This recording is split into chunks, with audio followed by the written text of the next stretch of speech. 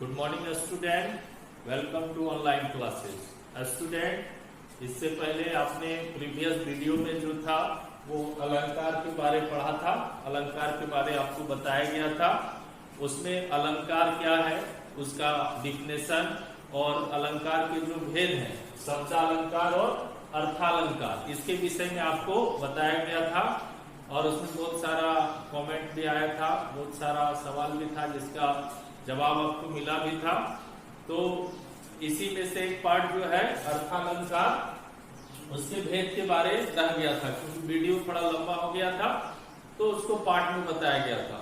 और जिन्होंने इसका अलंकार का भाग नहीं देखा है, शब्दालंकार के बारे नहीं देखा है, तो आज थोड़ा मैं उसको रिकॉल भी करा देता हूँ संक्षेप में, और फिर अर्थालंकार के जो भेद है उसके बारे आपको क्लियर बता दिया जाएगा। और जिनको विशेष जानकारी, विस्तृत डिटेल जानकारी चाहिए, वो इससे पिछले वीडियो जो अलंकार का है उसको आप देखें, आपको विस्तृत जानकारी मिल जाएगी। तो आइए आज चलते हैं हम लोग अलंकार का विषय में जानते हैं।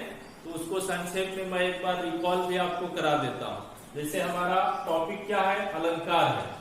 तो अलंकार क्या है, अलंकार किसे कहते हैं? तो अलंकार जैसा आप लोग जानते हैं कि अलंकार दो शब्दों से मिलकर बना है, अलम और का। तो अलम का अर्थ होता है आभूषण, आभूषण, गहना, सजावट की वस्तुएं, और कार होता है इसको करने वाला या शोभा बढ़ाने वाला। तो अलंकार का मतलब क्या हुआ? अलंकार वह शब्द है जो काव्य की शोभा बढ़ाता है, जो काव्य की शोभा बढ़ाता है, यानी काव्य की शोभा बढ़ाने वाले को हम अलंकार कहते हैं।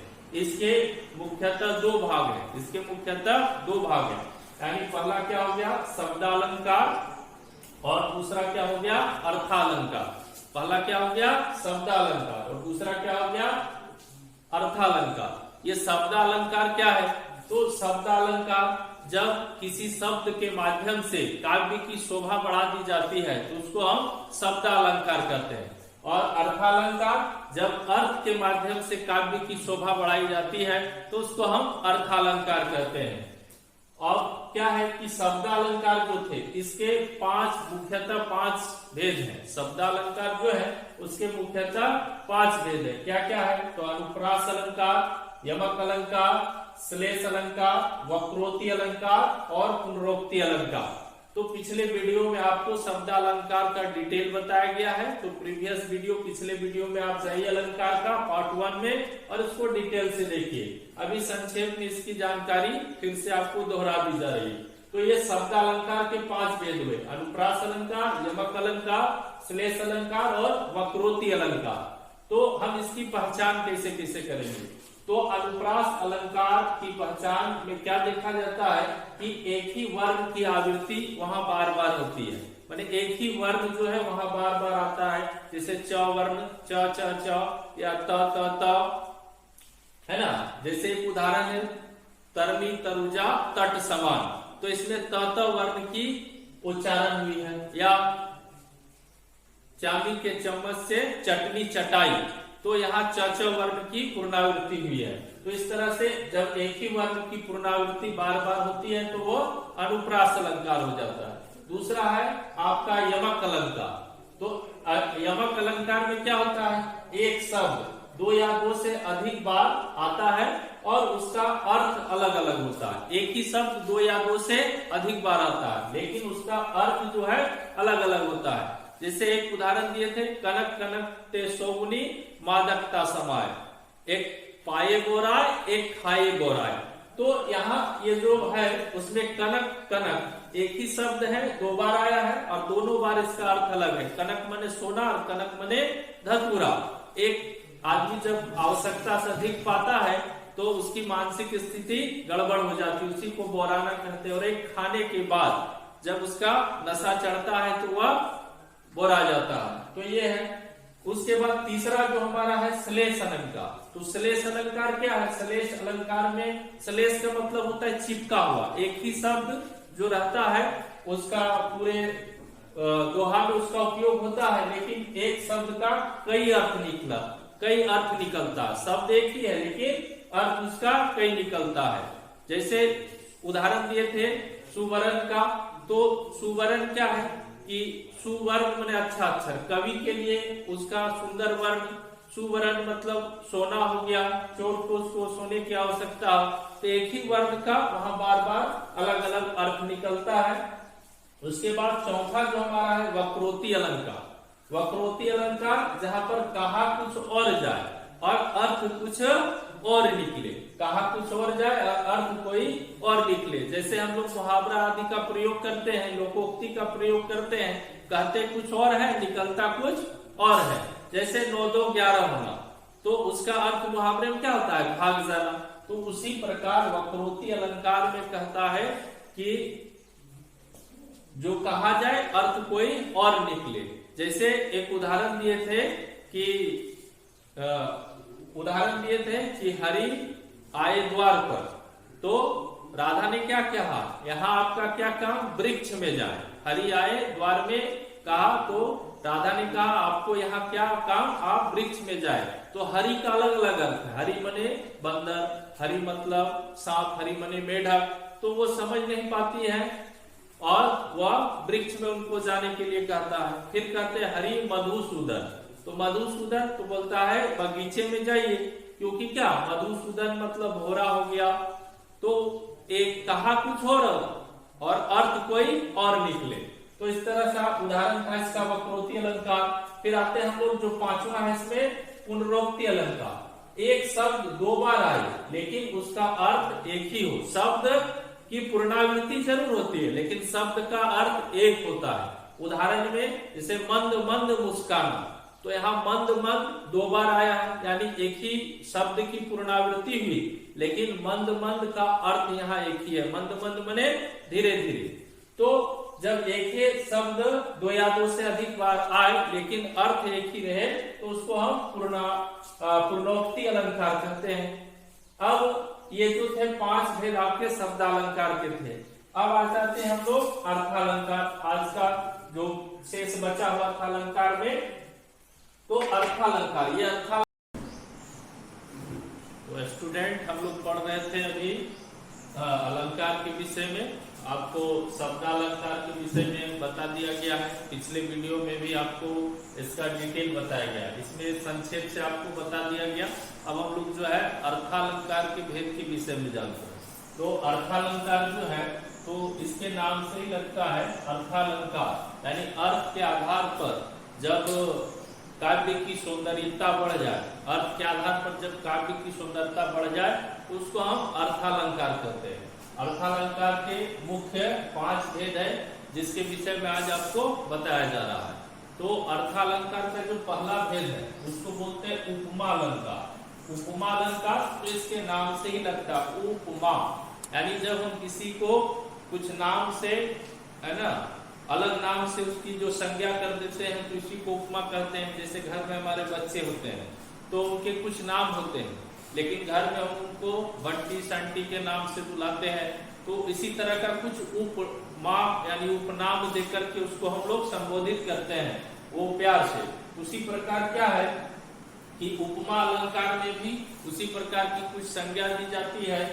और उपमा अलंकार जो होता है उसमें मुख्य 4 चीजें होती है। एक होता है उपमेय, दूसरा उपमान, तीसरा वाचक शब्द और चौथा साधारण धर्म। ये 4 चीज होता है। उपमा अलंकार में क्या होता है, उपमेय और उपमान को समान समझा जाता है। उपमेय और उपमान को समान समझा जाता है। तो पहले हम लोग जानेंगे कि उपमेय क्या है, उपमान क्या है, वाचक शब्द क्या है और साधारण धर्म क्या है। अगर इस बात को हम लोग समझ जाते हैं तो आगे जो है इसके बाकी जो भेद है उनको जानने में हमें काफी आसानी होगा। तो सबसे पहले हम लोग जानते हैं कि उपमेय, उपमान, वाचक शब्द और साधारण धर्म है क्या, ये जान लेंगे तो उपमा अलंकार को पहचानना बहुत ही आसान हो जाएगा। तो आइए एक उदाहरण के माध्यम से हम लोग समझते हैं कि उपमेय, उपमान, वाचक शब्द और साधारण धर्म है क्या। तो देखिए एक उदाहरण हमने लिखा है कि पीपर पात सरिसमन डोला। पीपर पात सरिसमन डोला, तो पीपर पात मतलब पीपल का पत्ता, उसकी जो है उसका जो है उपमा यानी उसकी जो तुलना की गई है वो मन से किया गया है। जिस प्रकार हमारा मन चंचल है, डोलता है, कुछ ही पल में यहाँ से वहां चला जाता है। तो उसी प्रकार पीपल के जो पत्ते होते हैं सभी अलग अलग होते हैं। अन्य पेड़ के पत्ते देखेंगे कि सरसराहट होती है, लेकिन पीपल का सारा पत्ता अलग अलग डोलता है और उसका जो सरसराहट होता है वो अलग होता है। तो इसीलिए कहा गया है कि पीपल पात सरिसमन डोला। तो पीपल पात की तुलना यहाँ मन से की गई है। तो जिसकी तुलना की जाती है, जैसे पीपल पात, तो पीपल पात यहाँ उपमान है। जिसकी तुलना की जाए, है ना, जिसकी तुलना की जाती है वो उपमान होता है। जिसके साथ तुलना किया जाए, जैसे यहाँ मन के साथ तुलना किया गया तो ये उपमेय है। और डोला, डोला यहाँ साधारण धर्म है। और सरिस जो शब्द है वो वाचक शब्द है। सरिस शब्द जो है वाचक शब्द है। उसी प्रकार का एक उदाहरण और लेते हैं कि सीता जी का मुख चंद्रमा के समान। तो यहाँ सीता जी के मुख की तुलना चंद्रमा से की गई है। तो सीता जी का मुख जो हुआ उपमेय हुआ और चंद्रमा क्या हुआ, उपमान हो गया। चंद्रमा क्या हो गया, उपमेय हो गया। सीता जी का मुख उपमान हुआ और चंद्रमा उपमेय हो गया।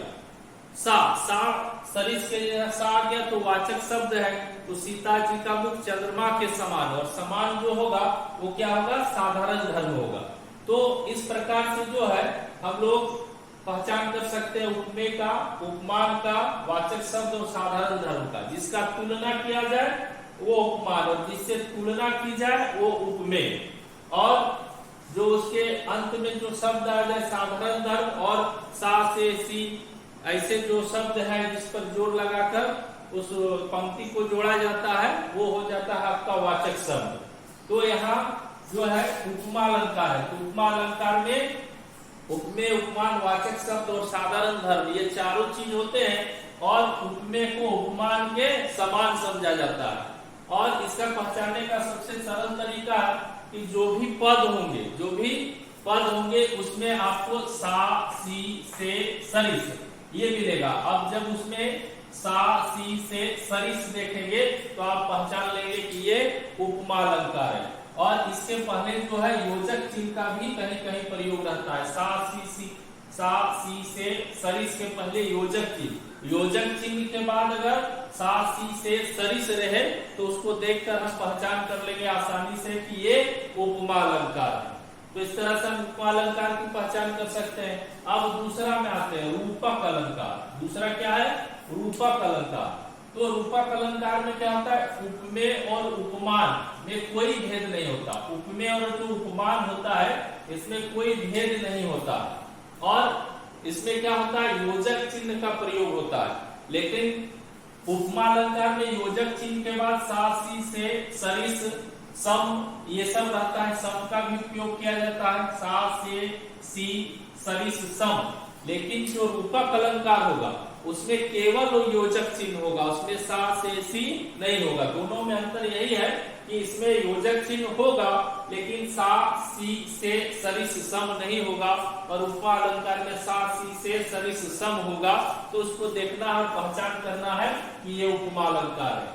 और रूपक अलंकार में उपमेय और उपमान में कोई अंतर नहीं होता। जैसे अभी बोले थे कि सीता जी का मुख चंद्रमा के समान है, लेकिन बोलते सीता जी का मुख चंद्रमा है, सीता जी का मुख चंद्रमा है। जैसे आप शेर जैसे बहादुर है, शेर जैसे बहादुर है तो उपमा अलंकार, शेर से आपकी तुलना, आप शेर हैं अगर ऐसा बोल दिया जाए तो क्या होगा, रूपक अलंकार। आप ही शेर हैं, शेर से आपकी तुलना नहीं है। आप जो है चंद्रशेखर जैसे बहादुर है या उसके जैसे देशभक्त है, तो जैसे तुलना हो गया, आप देशभक्त हैं तो क्या हुआ, तो रूपक अलंकार हो जाएगा। तो इस प्रकार रूपक अलंकार में क्या होगा, उपमेय और उपमान में कोई भेद नहीं और योजक चिन्ह का प्रयोग होता है। जैसे कमल बंदो हरिराई, तो चरण कमल यानी चरण को ही कमल यहाँ बताया गया, चरण को ही कमल बता दिया गया है कि चरण जो है कमल के समान कोमल है, तो चरण कमल। और यहाँ योजक चिन्ह का प्रयोग है बंदो हरिराई, ठीक है, यहाँ हरिराई में भी योजक चिन्ह है। तो योजक चिन्ह है और सा, सी, से, सरिस, सम नहीं है। और जो है उसमें उपमेय और उपमान को समान रखा गया है, इसलिए चरण कमल बंदो हरिराई ये जो है आपका रूपक अलंकार का उदाहरण है। तो इस प्रकार के हम रूपक अलंकार की पहचान कर सकते हैं कि रूपक अलंकार में उपमेय और उपमान में कोई भेद नहीं होगा और उसमें योजक चिन्ह का प्रयोग होगा। अब हम लोग आ जाते हैं तीसरे अलंकार में, जो है उत्प्रेक्षा अलंकार। तीसरा क्या है? उत्प्रेक्षा अलंकार। यहाँ क्या होता है? उपमेय और उपमान की संभावना होती है। उपमेय और उपमान की संभावना होती है। यहाँ संभावना व्यक्त किया जाता है कि उपमेय जो होगा उपमान की तरह होगा। और इसका पहचानने का सबसे आसान क्या है कि ऐसे जो पद होंगे, जो कविता के पद होंगे, छंद होंगे, उसमें जनु मनु मानो मानु ये शब्द होंगे। तो जनु मनु मानो मानु जिसमें प्रयोग हो, उसको देखकर हम आसानी से पहचान सकेंगे कि ऐसा अलंकार उत्प्रेक्षा अलंकार होता है, ऐसा अलंकार उत्प्रेक्षा अलंकार होता है। इसका भी एक उदाहरण देखते हैं। जैसे एक उदाहरण है यहाँ, फूले काश सकल महिछाई जनु बरसा ऋतु प्रकट बुढ़ाई। फूले काश सकल महिछाई, देखिए यहाँ जनु शब्द का प्रयोग है। जनु शब्द का प्रयोग है तो फूले काश सकल महिछाई जनु बरसा ऋतु प्रकट बुढ़ाई। जब वर्षा के दिन होते हैं तो फूल खिलने लगते हैं, नए नए प्रकार के हमको देखने को मिलता है। तो ये जनु शब्द है। तो जनु शब्द को देख करके हम इसकी पहचान कर सकते हैं। जो उत्प्रेक्षा अलंकार होता है उसमें जनु मनु मानो मानहु ऐसे जो है शब्द इस पे लगे होते हैं। और यहाँ जो होता है वो उपमेय उपमान के समान होता है, उसकी संभावना व्यक्त की जाती है। तो इस प्रकार से हम उत्प्रेक्षा अलंकार का जो है पहचान कर सकते हैं। अब हम लोग चौथा अलंकार आते हैं विनोक्ति अलंकार। विनोक्ति, वी जोड़ लोक्ति है ना, वी जोड़ लोक्ति। तो इससे पता चलता है वी शब्द माने बिना, बिना शब्द के वस्तु की व्यर्थता बताई जाए। जहां पर बिना शब्द के वस्तु की व्यर्थता बताई जाए वहां पर विलोप। सरसिज मतलब हो गया कमल का फूल और सर मने हो गया तालाब। सर मने तालाब। तो कहता है तालाब के बिना कमल, तालाब के बिना कमल का फूल नहीं रह सकता। सरसिज बिनु सर। और अगर तालाब की सुंदरता है तो किसके बिना है? किसके साथ है? कमल के साथ। अगर कमल नहीं हो तो उस तालाब की सुंदरता भी कम हो जाएगी। तो बिना शब्द के है ना, बिना शब्द के वस्तु की अगर व्यर्थता बता दी जाए तो क्या होगा? तब वो कैसा अलंकार होगा? विनोक्ति अलंकार होगा।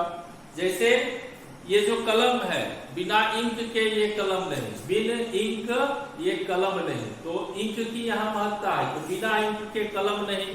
ठीक है। और इसी प्रकार के उदाहरण है दीपक और बाती का, बिना बाती के दीपक नहीं। तो जहां बिना शब्द है ना, बिना शब्द के वस्तु की व्यर्थता बताई जाए तो वहां पर हमको जो होता है विनोक्ति अलंकार होता है। और जो हमारा पांचवा अलंकार है उसको बोलते हैं प्रतीप अलंकार। प्रतीप मतलब ही होता है उल्टा, प्रतीप मतलब उल्टा। तो ऐसा अलंकार जिसमें उपमा अलंकार के उल्टा हो, उपमा का जो उल्टा होता है उसी को हम लोग प्रतीप अलंकार कहते हैं। जैसे उपमान ही उपमेय होता है, उपमान ही उपमेय होता है। यहाँ क्या है? उपमा अलंकार में उपमेय उपमान को समान समझा जाता है और प्रतीप अलंकार उपमा का उल्टा होता है, इसमें उपमान ही उपमेय बन जाता है। जैसे एक उदाहरण लेते हैं। उदाहरण क्या है? जैसे मुख सा चंद्र है, मुख सा चंद्र है। हम लोग उसमें तुलना करते थे कि सीता का मुख चंद्र के समान है, लेकिन यहाँ क्या है? यहाँ उपमान ही उपमेय है। यहाँ उपमान ही उपमेय है। मुख सा चंद्र है, यानी चंद्र जो है वो मुख के समान हो गया, मुख से उसकी जो है समानता कर दी गई, यानी उपमेय और उपमान को उपमेय बना दिया गया। ठीक है। तो जहां पर उपमान ही उपमेय हो और इसका उल्टा हो उपमा अलंकार का, उसी को हम प्रतीप अलंकार कहते हैं। जैसे उदाहरण देखते हैं, मुख सा चंद्र है, नेत्र समान कमल, यानी नेत्र समान कमल, नेत्र को ही कमल सा बता दिया गया है। तो इस प्रकार से जो है हम लोग अलंकार का जो है पहचान कर सकते हैं आपका प्रतीप अलंकार का। तो इस प्रकार से हम लोग जो है ये अर्थालंकार का भी हम लोग 5 मुख्य भेद का जो है जान सकते हैं। इसके अलावा और अलंकार है, मानवीय अलंकार है, अन्वय अलंकार है, संदेह अलंकार है। तो अभी आपके सिलेबस में उसको नहीं पढ़ना है, तो आपको इतना सिलेबस के अकॉर्डिंग आपको अभी बताया गया है। तो आप अगर इसको मुख्य रूप से शब्दालंकार में अनुप्रास, यमक और श्लेष ये 3 अलंकार पूछे जाते हैं, और अर्थालंकार में उपमा, रूपक और उत्प्रेक्षा अलंकार ये पूछे जाते हैं। लेकिन थोड़ा सा प्रतियोगिता परीक्षा को देखकर थोड़ा सा और आगे भी बता दिया गया है। एक मानवीय अलंकार जो थोड़ा पूछा जाता है, तो मानवीय अलंकार में क्या होता है कि जो निर्जीव वस्तुएं है वो मानव के तरह है, उसका उपयोग किया जाता है। मानव के तरह ही निर्जीव वस्तुओं का उपयोग किया जाता है। तो जब निर्जीव वस्तुओं को मानव की तरह उपयोग किया जाए तो वहां पर मानवीय अलंकार हो जाता है, वहां पर मानवीय अलंकार हो जाता है। तो इस प्रकार से जो है लोग उसकी पहचान कर सकते हैं। तो स्टूडेंट ये जो था अलंकार का आज ये जो पार्ट कंप्लीट हो जाता है, और जिन्होंने इस पार्ट को नहीं देखा है तो पिछले वीडियो में जाकर के इसको विस्तार से आप देख लेंगे और अलंकार को आप अच्छी तरह से समझ सकते हैं। मुझे आशा है कि आप इसकी पहचान भी अच्छी तरह से कर सकते हैं। तो आज के क्लास में इतना ही। वीडियो को ध्यान से देखें, लाइक, शेयर और सब्सक्राइब करें, ताकि अधिक से अधिक लोग इसका लाभ ले सकें। Okay, thank you.